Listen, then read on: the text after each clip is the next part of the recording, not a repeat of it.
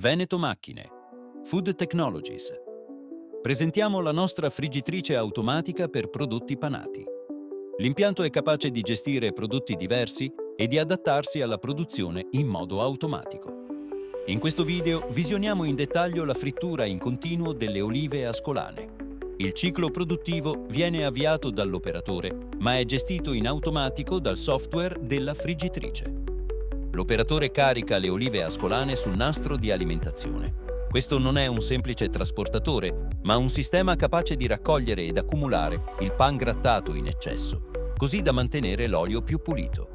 Inoltre, il nastro è progettato per accompagnare delicatamente le olive verso l'ingresso della friggitrice, evitando schizzi e salti troppo bruschi al fine di preservare i prodotti. La velocità del nastro è sincronizzata con quella della friggitrice, così da evitare accumuli in ingresso alla macchina e garantire un flusso regolare e costante. I nastri interni alla friggitrice si regolano in automatico all'altezza corretta per mantenere i prodotti opportunamente guidati e completamente immersi. La gestione dell'olio è automatica: temperatura, livello costante, qualità controllata.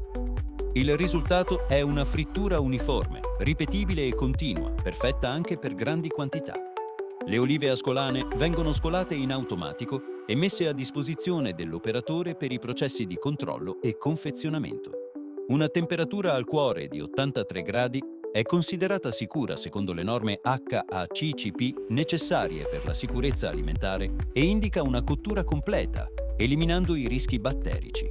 L'impianto permette di salvare numerose ricette e può essere connesso ai sistemi informatici dell'azienda, così il personale addetto alla produzione non deve preoccuparsi di nulla. Tutto è gestito dal software della macchina. Se il video ti è piaciuto, lascia un like e iscriviti al canale per rimanere aggiornato sulle prossime realizzazioni di Veneto Macchine.